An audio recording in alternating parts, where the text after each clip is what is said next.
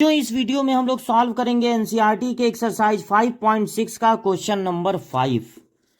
1 से लगाए 10 तक के क्वेश्चन के लिए इंस्ट्रक्शन है। If X and Y are connected parametrically by the equation given in question 1 to 10, X और वाई किस तरह से कनेक्टेड हैं? Parametrically. Without eliminating the parameter find dy by dx। Parameter जो भी होगा उसको आपको एलिमिनेट नहीं करना है, गायब नहीं करना है। उसी तरह बिना गायब किए dy बाई dx पता लगाना है। अब देखिए क्या मतलब होता है पैरामीट्रिकली कनेक्ट होने का।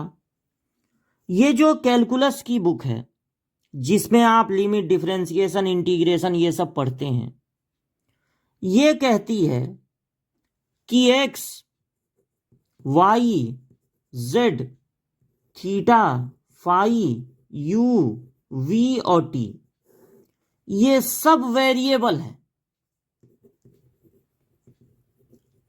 अगर डिफरेंशिएशन में आगे चल के पढ़ेंगे, इंटीग्रेशन उसमें, लिमिट में ये चीजें आपको मिलती हैं, ये अल्फाबेट मिलते हैं, तो बिना कहे, मतलब क्वेश्चन वाला अब आपको बताएगा नहीं कि ये वेरिएबल है, बिना कहे आपको समझ जाना है कि ये वेरिएबल हैं।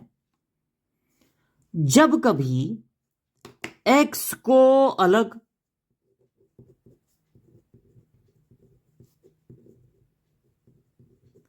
और y को अलग किसी और वेरिएबल, यहां पर वो और वेरिएबल कौन है? थीटा। जब x और y को अलग अलग किसी और variable theta, phi, u, v, t, z के रूप में डिफाइन कर दिया जाता है, x को अलग, y को अलग, तो इन्हें पैरामीट्रिक इक्वेशन कहते हैं। और वो जो नया वेरिएबल यूज किया जाता है, जैसे यहां पर थीटा लिया गया है, वो जो नया वेरिएबल है थीटा, उसको पैरामीटर कहते हैं। तो अब क्वेश्चन में कहा गया है कि without eliminating the parameter, without eliminating the parameter मतलब इस पैरामीटर जो कि यहां पर थीटा है उसको गायब करने की जरूरत नहीं है। इन दोनों की मदद से एक ऐसा इक्वेशन बनाने की जरूरत नहीं है जिसमें थीटा ना हो, बल्कि ये जैसे रहने दीजिए, ऐसे ही पैरामीटर के रूप में ही आप dy बाई dx फाइंड कीजिए, dy बाई dx फाइंड कीजिए। तो हम क्या करेंगे, यहां पर x का डिफरेंशिएशन करेंगे विथ रिस्पेक्ट टू थीटा, यानी जो फार्मूला हम x के लिए पढ़े हैं वो हम लगाएंगे थीटा पे। तो अब cos थीटा का डिफरेंशिएशन करना है। हम लोग पढ़े हैं D by d x of cos x होता है minus sine x. Cos x का डिफरेंशिएशन होता है माइनस साइन एक्स।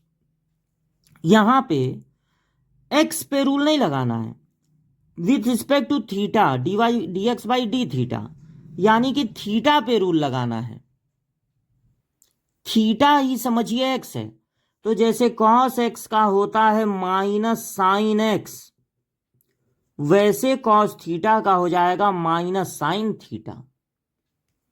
फिर माइनस कॉस एक्स का फॉर्मूला यहां भी लगेगा, कॉस एक्स का होता है माइनस साइन एक्स, इसको एक्स समझेंगे। अब कॉस को छुपा लीजिए तो बचेगा 2 थीटा।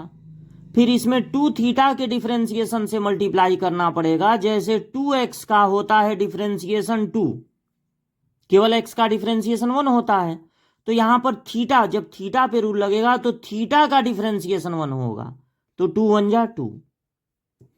अब ये हो गया माइनस साइन थीटा और माइनस माइनस प्लस हो गया 2 साइन 2 थीटा। वैसे ही y को लेकर हम लोग पता लगाएंगे dy बाई डी थीटा, यानी सारा फार्मूला हम लगाएंगे थीटा पर जो x के लिए पढ़े हैं। तो हम लोग पढ़े हैं कि डिफरेंशिएशन ऑफ साइन x होता है कॉस x, साइन x का डिफरेंशिएशन होता है कॉस x, तो यहां पर थीटा ही समझिए x है, क्योंकि फार्मूला किस पे लग रहा है? थीटा पे। तो साइन एक्स का जैसे होता है कॉस एक्स, साइन थीटा का हो जाएगा कॉस थीटा, फिर माइनस साइन एक्स, इसको एक्स समझिए, साइन एक्स का होता है कॉस एक्स, लेकिन अब साइन को छुपा लीजिए, ये थीटा नहीं 2 थीटा है, तो फिर इसमें मल्टीप्लाई होगा 2 थीटा के डिफरेंशिएशन से, तो 2 थीटा का डिफरेंशिएशन होता है 2। जैसे 2x का डिफरेंशिएशन 1 होगा, तो 2 1 जा 2, यहां पर थीटा ही समझिए x है, क्योंकि फार्मूला किस पे लगाना है, थीटा पे। अब हमको क्या करना है, यहां पे मिल गया D x by D theta, यहां मिल गया D Y by D theta.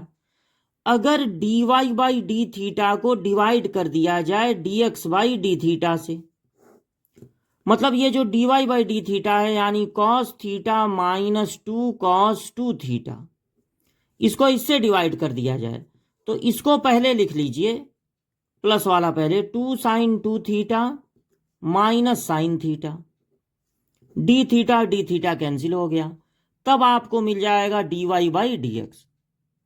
तो ये है तो ट्रिग्नोमेट्री, लेकिन यहां पर ये कॉस के टर्म में है, अगर ये 2 नहीं रहता तो कॉस सी माइनस कॉस डी लग जाता, और यहां 2 नहीं रहता साइन सी माइनस साइन डी लग जाता। वैसा कोई फार्मूला लग नहीं रहा है, तो आप इसको यहीं पर छोड़ दीजिए, यही हो गया D Y by d x की वैल्यू।